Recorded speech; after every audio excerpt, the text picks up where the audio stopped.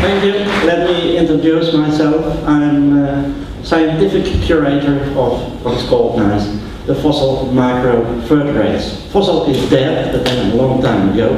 Macro is big, and vertebrates are all those creatures with a backbone. So I'm a scientific curator of everything which is big and has vertebrae. Dinos, mammoth, and man, because man is also a beast. I'm talking about human evolution, island and vertebrate paleontology. I turn the title around. I started with human evolution, so I know that I have an audience because everybody's interested in human evolution. When I start with vertebrate paleontology, nobody will come.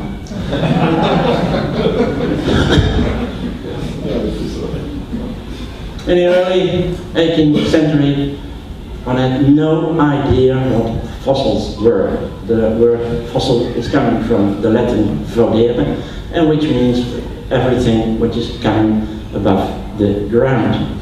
These things were called thunderstones, because one was finding them after heavy rain and thunders, and the idea was that the god of thunder had thrown a spear, and these are the ends of the spear, which you can find easily in Limburg when it has heavy rain. And it was from a cephalopod that became later. It's this part. Also, in the early 18th century, there was a Mr. Berg who got all kinds of stones with all kinds of silhouettes on it, and he had 2,000 of those things. He made a nice book, published it, and made nice drawings, and at the end, when it was published, he got a stone with his name on it. And these stones are called Leiden stones, or the Berg fossils. That was in 1726. In the same year, there was a Mr. Schröter who liked to find man before the flood. And in a quarry in Swiss, only, he found this thing. You could clearly see a skull, a backbone, and a liver. Also, he thought that he could see. And that must be the man before the flood. And he called it Homo diluvi testis et theoscopi, the man who was drawn by the flood and had seen God. Linnaeus, it's the year of Linnaeus, published his Systema Natura, a system of natural history without phylogenetic, only a system, no connections between the different levels. In 1766, these things are found. Big jaws, large teeth. And the discussion was starting because Linnaeus had his Systema Natura. God created all the things on earth and nothing changed after that. So there was a discussion if these mandibles, these large jaws, were from a whale, toothed whale, or crocodile. And Petrus Camper on the left side was thinking it was a whale. And Cuvier on the right side, Cuvier, the founder of paleontology, thought it was a crocodile. Cuvier did something else. He compared the skull of a beast which was coming from Siberia, at the left side, with the skull of elephants which were still living. The Indian elephant and the African elephant on the right. And he noticed that the skull from Siberia was different from the recent forms. And he had three hypotheses. One, the creature is living somewhere in Siberia. Two, it is transitional form. Three, it is extinct. As Cuvier didn't believe that it was living somewhere, a transitional was not possible because God created and so on and so on, so it became extinct. This is a brilliant concept. We are so familiar with extinction that we don't know anymore that the concept of extinction changed the idea in natural history. Cuvier and his extinctions is the basis of the rest of natural history. Cuvier thought that the animals became extinct by a catastrophe. I've heard that later on also. A catastrophe. But how new life originated again, he was a little vague about that. There were already ideas, but now creatures could become extinct. It was Adriaan Ginskamper who liked to prove that his father, Peter Skamper, was right and that it was a whale. He studied again those big mammals. But now, after 1800, creatures could become extinct. And then he studied them and compared it with a varaan, and looks if this creature was related with a varaan, and that it became extinct. Also this one, it was Cuvier who came to Haarlem in 1811 to prove that the Homo delivites was not human. And he asked the directors of Tyler's Museum to remove this sediment. And then he found legs. And it turned out that it was a salamander. Creatures become extinct, but if everything becomes extinct, then at the end there is nothing on the earth. So where is the new creatures are coming from? Why or where is those biodiversity coming from? Jean-Baptiste Lamarck had the idea that acquired characters give new origin. The neck of the giraffe, if you stretch your neck, then your offspring have longer necks. Very simple. When it was Darwin, he came in 1859 with his famous book on the origin of species by means, as mechanism, by means of natural selection. And if the evolution is gradualistic, punctuated of mosaic evolution, I don't discuss this, but the result are taxa. You get biodiversity. But selection on what? Natural selection on what? If a population can go on, then the individuals from the population must become mature, adult, because then they can reproduce. To do that, they need food. And these are, for me, the two most important things. Selection is on motion, on movement, how to get, or not movement, how to get what I like to eat, and on the digesting of the food. How can I digest, how can I grind it to make it smaller? These are for me the most important things. And we know there is a variation. Organisms can have old and new characters, and at the changing of the environment, new characters can be profitable. And if a new character is profitable, then it's an innovation, a new innovation. And after a new innovation, you see an adaptive radiation. You see that from one point, different species, creatures are originated. If there are open niches, and a niche is a role an organism plays in a community. And I will show this on vertebrate evolution.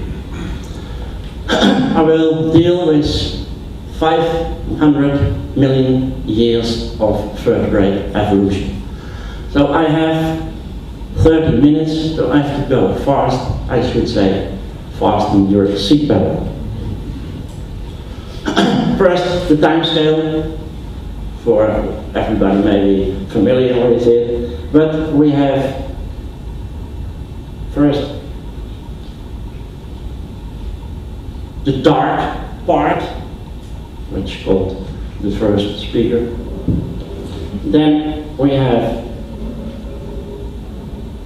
the Paleozoic, with the old life, I should say, the Mesozoic, middle life, and the Cainozoic with the new life. And that you can separate again in Paleocene, Eocene, Oligocene, Miocene, and then the last part is the Pleistocene. And at the back you can see that man is coming 30 seconds before, after 24 hours, 30 seconds, man is coming on Earth. First, something about the Paleozoic. We go first a little to the dark part, and we go to the Precambrian. And in that period, the creatures don't have skeletons. You can see some jellyfishes or things like that. In the Cambrian, they get skeletons, and a birchen shell with all those strange creatures in it. Here, a picture from the Cambrian. And now I go to long scale, long-term adaptive radiations. We start with jawless fishes, the Agnatha, and this is simple life. The Agnatha can swim a little by moving and then go down, and only have a mouth which he can suck food. It's not specialized, but this innovation, you can see here that you have an explosion, an adaptive radiation of jawless fishes.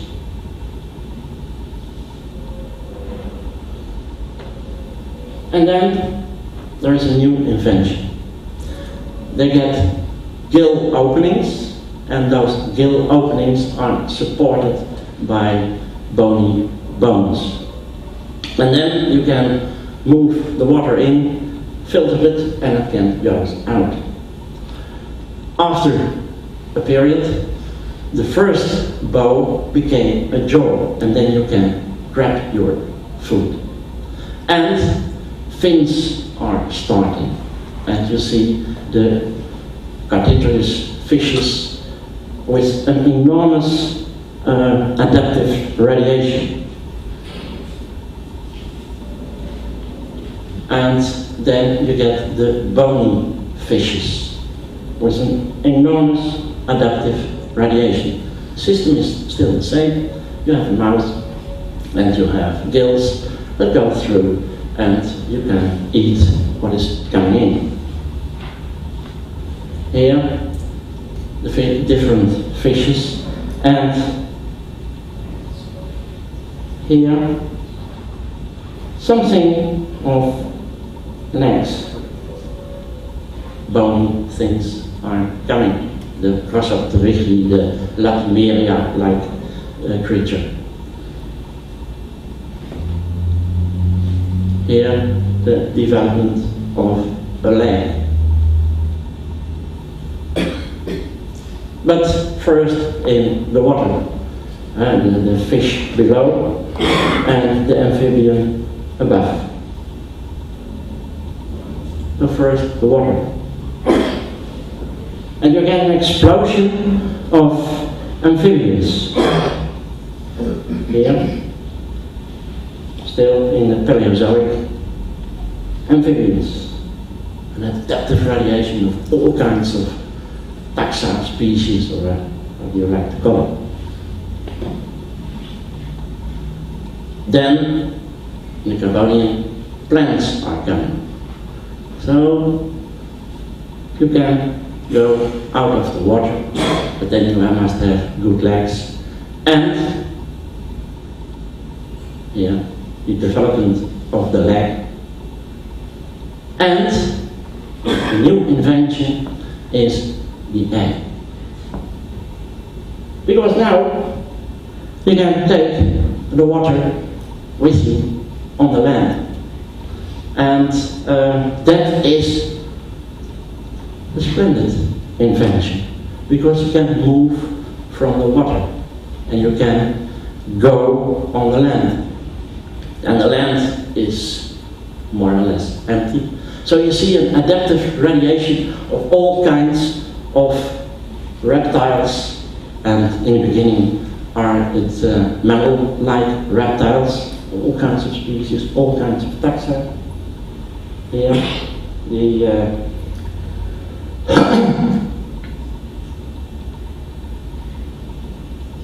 here in the beginning,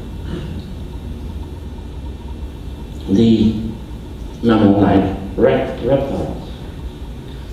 And then, in a parallel, there's extinction. Mass extinction. Almost everything became extinct. And the next period, in the Mesozoic, everybody knows, not everybody, I know, that you can divide it in Trias, Jurassic, and Cretaceous. Yes, that is the Mesozoic. That's right. And from the Trias, we have a nice quarry in Winterswijk, in the Netherlands, where we found footprints and nice specimens of Notosaur. Here, a reconstruction of the Notosaur. Jurassic, we don't have in the Netherlands, but we know Jurassic Park. And in the Cretaceous, we have the Ensen quarry in Limburg. The Ensen quarry, where the famous Mosasaur is coming from. And you get all kinds of types, taxa, species, genera of Mosasaurs. Here, a few species.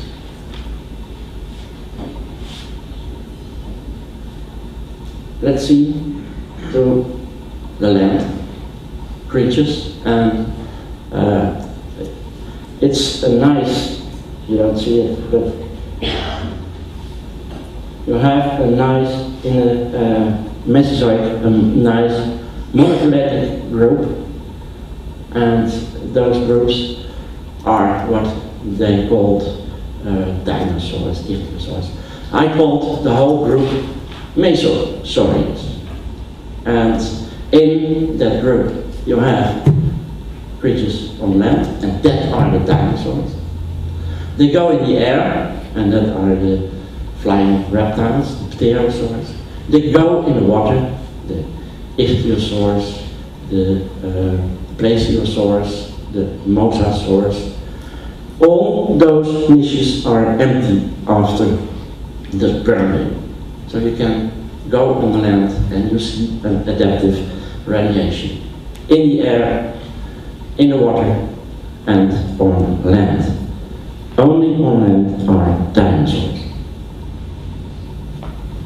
And the dinosaurs have two kinds of hips, two kinds of movements. One, the right one, is the bird hip, and the left one is the saurian hip. And you get two groups with their adaptations and radiation. But what's more important, and that's a new invention, they stretch their legs. Those on the land, the dinosaurs stretch their legs. And stretching your leg is reducing the amount of energy you need to go over long distances. So the dinosaurs could move over long distances and could conquer the land. Here you see an adaptive radiation of the dinosaur. Let's see some groups. The sauropods, the large brachiosaurs, diplodocus, all those things. But you see that there is an adaptive radiation of those big dinosaurs. Here also adaptive radiation from fast running dinosaurs, and probably, possibly, maybe from one of them the early bird is coming, the Archaeopteryx. Here the iguanodons. You see one innovation and you get all kinds of species, genera, taxa, and adaptive radiation. Here the iguanodon ancestor is simple, and you get them with all kinds of ornaments on the head. Some people think that they are created for making noise so that they can shout to the lady dinosaur. But you see a different species, an adaptation of those creatures. Here the Triceratops and Monoceratops, yes, all ornaments and the perfection of the vending system. And the Protoceratops has hardly anything to protect themselves, but yeah, at the end you see there's a lot of protection because the carnivores are becoming a little larger, yeah? T-Rex and so on. Here you see the fencing system. Always, of course, if you have two dinos, they have to fight. And then we go to the flying reptiles. Where are the flying reptiles?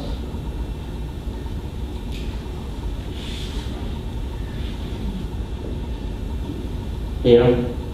This started in the Jurassic period, and you get all kinds of flying reptiles.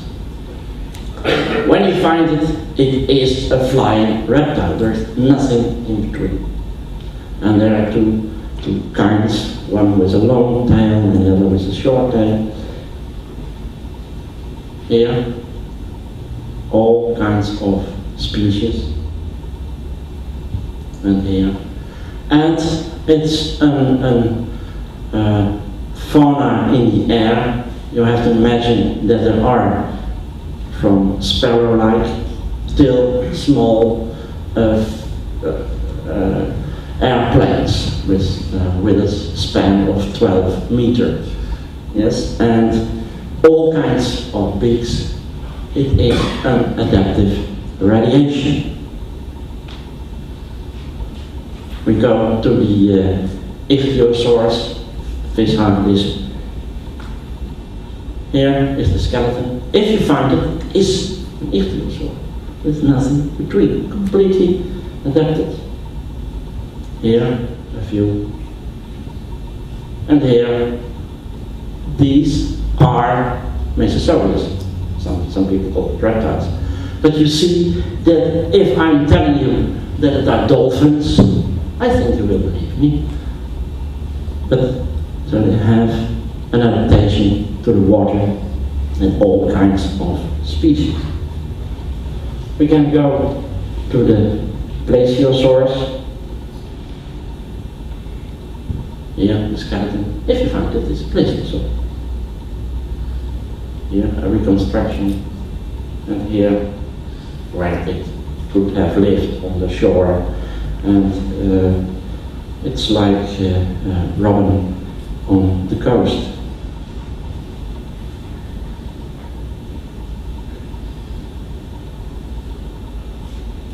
Somewhere here is the origin of the bird, probably from dinosaurs.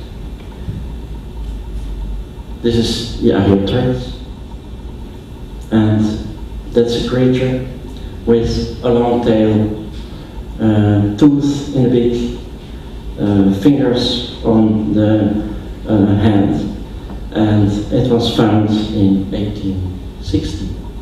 Young 1 year after Darwin published his famous On the Origin of Species.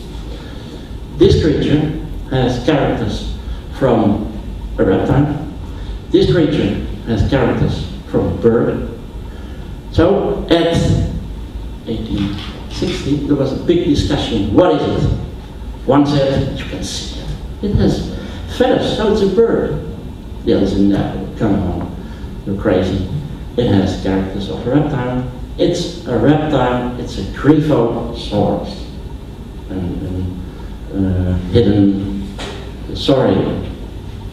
And then actually, Darwin's bulldog said, no, it's a transitioning form. Yes, so it was a present from heaven, I can say. Here, the origin of the birds. The origin of the birds started already in the Mesozoic. Here, in flight, a reconstruction. And we go to South America, which was separated from a long time from North America. It was isolated. In South America, you have your own development of dinosaurs. Here, at the left are the sides, and here you see some creatures. Here, a creature which looks like T-Rex. Here, a creature has nothing to do with T-Rex. Here, a creature which looks like Brachiosaurus, small running dinosaurs. So you see that in South America you have your own development, your own adaptive radiation, long-term human scale. It's in Dutch, but a lot of ideas about extinction, overkill by carnivores, extinction by something with the eye, and too much. And there are the theories which are now it's catastrophic, like Cuvier, and gradualistic extinction. And I go for the last one, and I don't know where I show this because I don't like this catastrophic extinction. Extinction, I always find, is a natural process. If the environment changes, you find an extinction. If I need every time a meteorite to become extinct, then I have to throw so many of those meteorites. No, I don't believe that. So, I don't like this stupid thing. Then we go in the dinosaurs, the flying reptiles, the ichthyosaurs, and all those creatures became extinct. So the land was empty. And here we have the Cainozoic. Yes. 65 million years. So I have to go faster. and that is the time when the mammals are coming. They are already a little in the Mesozoic, small creatures, and after the Cretaceous, then you have an explosion of mammals. And you see the same pattern. They go on land, carnivores, omnivores, herbivores. They go in the air, they come in beds, and they go to the sea, and they come whales or dolphins. The birds were already in the air because they started in the Mesozoic. So the beds, a large explosion of the adaptation of the mammals. Here, the dolphins. Here, all dolphins and whales back to the sea. Here, look like those ichthyosaurs. The birds were already there. They occupied all the niches in the air. But the mammals also like to go in the air. But what was left was the night. And that's why you only find the beds in the early evening and in the night. And they have a particular system to go to find their way, the sonar system. Suppose that the birds were not there, then we have here all flying mammals, but they have to go to the night. When you find a bed, and this is from Eocene, 40 million years ago, I told already those absolute days you have to consider relatively, so 40 million years, then it is a bed. There's nothing in between. Here, a bed, and here, the adaptive radiation of carnivores. Here, the skulls and the adaptive radiation of the carnivores.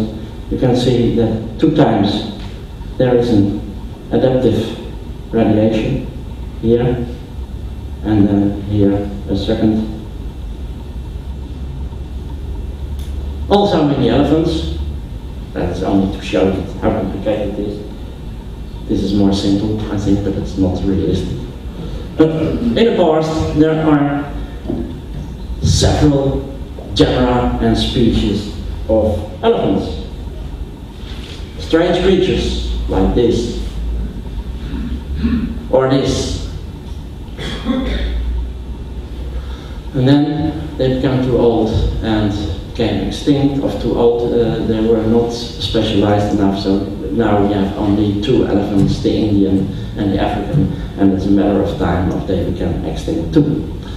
In herbivores, you found in the movement 2 kinds of heel bones. This one, or ankle bone. This one is from the odd-toed mammals, the tapirs, rhinos, and the horses, and the other one is from the bovids, cervids. And in the beginning, you have that separation, and that continues.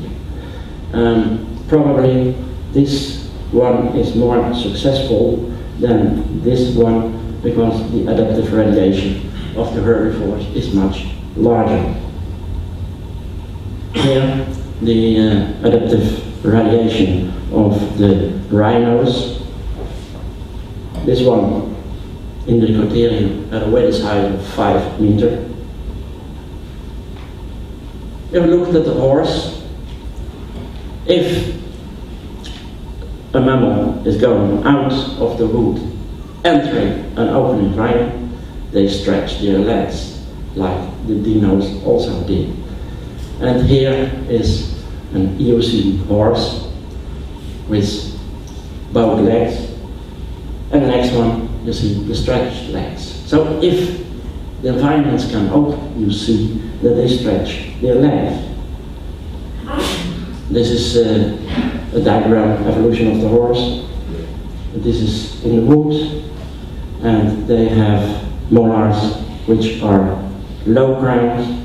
They go on the savanna and are three-toed hooves, but so they can move in an environment which is not steppe, and they can not rainforest. And you see that there is an adaptive radiation, 23 genera and a lot of species. And then they got one toe, our horse as we know them, and with high grounds because they had to eat the fast food on the plains. Here, the adaptive radiation of the zebras, and here again, and then we go to the adaptive radiation of the bovids. If we go to South America, that was isolated during the Pleistocene, during the Tertiary, and what could enter South America were the marsupials, buideldieren, and the placental mammals. And the marsupials became carnivores, and the placental mammals became herbivores. Here. And you get creatures which are like horse, or whatever you like to make it, or rabbits. Nothing to do with what is in Eurasian continent and Africa. Primitive elephant-like thing. Yeah. And the marsupials became carnivores. And you have here a marsupial saber-toothed cat. This is the placental saber-toothed cat. But it has nothing to do with that. But you get the same form. Here, a reconstruction of the saber-toothed cat. If we go to Australia, only, I don't know why, but only the marsupials could reach Australia. And then you have an adaptive radiation again. And creatures coming which look like creatures which, with which we are familiar. Here, a few. A rat, a mole, kangaroo, dog, marsupials, buideldieren. Here a convergence, left a wolf, right the marsupial wolf. Here a kangaroo, and I took a deer. And if you take a not so nice experiment and you take the head of the deer and you put it on a kangaroo, you don't see difference if you will do it well. Rat, marsupial rat, mole left, marsupial mole right. And then that was large scale, long term. Small scale, short term, the lakes.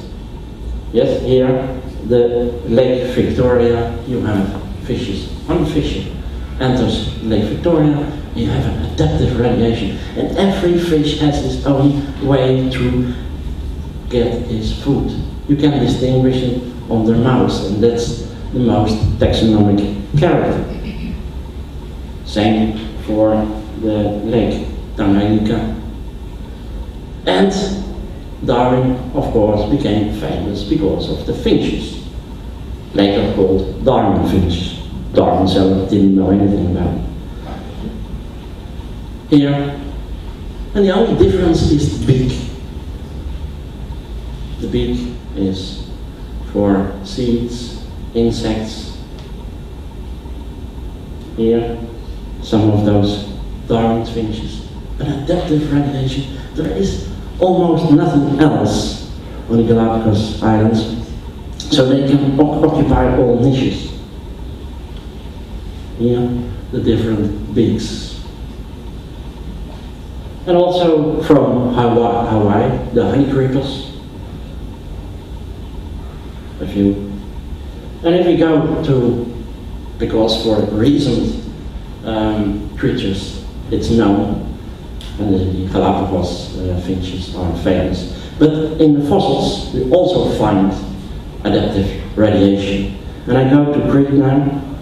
Everybody knows what Crete is. And on the north coast, where the man is standing, we find a pygmy hippopotamus. Yes, this side. If you go to that canyon, where those people are sitting, you find a pygmy elephant, this size. In that cave, but on Crete there are also large elephants. In that cave is a bone of a large elephant. Where the man is sitting on a rock, and all the white things are particles of giant red. Here, the cave, all the white spots are bones of serpents, deer. If you look at the stratigraphy, then in the lower part you have a pygmy elephant, a pygmy hippo, and a giant red. Then you have a faunal turnover, new migration, a larger elephant, but smaller than on the continent, and an adaptive radiation of serpents. At least eight species, morphotypes. Here, the smallest one with a width height of 40 centimeters and an antler of 70 centimeters.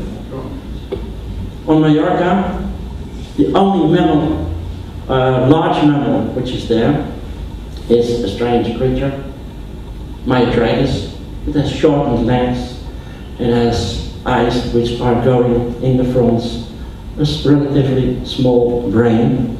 But if you look at the fossils, then if you take the extremes, then you say, oh, there must be different species. But everything is in between. I think it's a starting of the adaptive radiation, and you are in the beginning of the adaptation, while on Crete you are already on the end. Here, the creature, Naturalis, has a mandible with a growing incisor like a rabbit. And now, human evolution. A lot of stories, a lot of paleo-fantasy in human evolution, more paleo-fantasy than facts. But in my view, about 10 million or 6 million years ago, the ancestor from man was an innovation. Creatures came from the wood in an open environment and stretched their legs like the dinos, like the horses, the giraffe, the bovines, because they reduced the amount of energy. But the bipedality was not perfect, like the three-toed horse. So they could climb in trees and could still walk on the ground.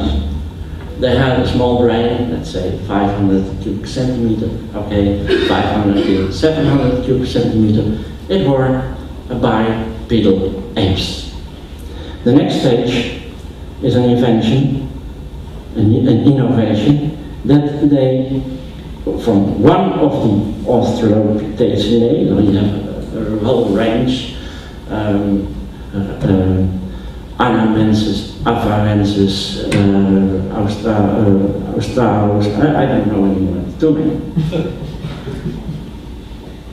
And if they are real species, we can talk about that for the rest of the day. One of those creatures, that there is an adaptive radiation, we agree, because we have the robust forms nowadays called Even-Zohars. We have the dry soil forms, Afarensis, Africanus. But from one developed an innovation, probably the environment became more open, became more savanna steppe-like, and there is a new innovation, walking with straight legs, the striding gait as we are walking. The brain is still small, but you see an adaptive radiation of those creatures. Homo erectus or erectus-like creatures. There are a lot of species. I saw there Homo ancestor, Homo erectus, Homo mentioned, and it is Homo ergaster from Africa. But for me, it's in the adaptive radiation. And if all those species, which we call species, are really species, I don't think so. It's an adaptive radiation from a new innovation. They became extinct, and a new invention, and that is that this one, what we get is the Homo erectus can make artifacts, but they are rough. You can make them like a power grid. But then a new invention, and we can make this sign. And this is the most powerful instrument which was ever invented. We can make with this all instruments. We can make rockets, but we can make a thread through a needle, and we can make watches with that. And because of this, also the brain became larger. And probably, possibly, maybe 150,000 years ago, Homo sapiens originated, and you see, went over the world, and again, an adaptive radiation. Every environment has its own race. It's not popular. I'm not politically correct when I say races, but morphotypes. Yes, and so that is, in short, the evolution of man. So I only recognize Australopithecinae, including Homo habilis and Homo rudolfensis, because also they have long arms and look like limbs. I only consider the Homo erectus, and we have the one and only here in this museum. We have a type specimen. So if you like to see a real Homo erectus, you have to go to the museum, look in the vitrine, and you see the one and only. What the others have, I don't know. But this is the one and only. And I also include in the Homo erectus the Neanderthal man, because he is adapted to a cold environment, cold, dry environment, and Homo floresiensis, because that is also a Homo erectus. And at the end, Homo sapiens, as we are sitting here, I don't know how long man will live on those earths, but I think it's good when they disappear for the earth. Some conclusions: if there is a change in the environment, there's a selection on mobility and joint mechanism. The new taxon has opened new characters. New characters, successful adaptive radiation. The environment plays a role by the morphology of an organism. These patterns we find back in all taxa, from film, class of Olive, and so on. Thank you.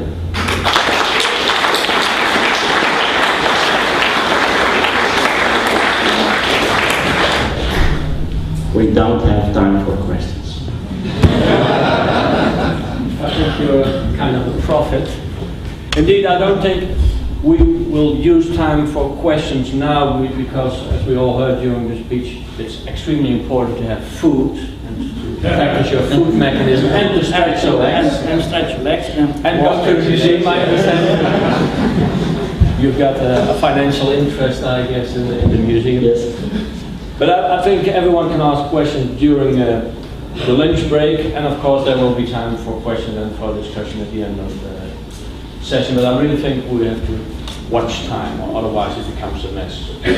Evolution is a mess already. If we make a mess, then it will be not wise.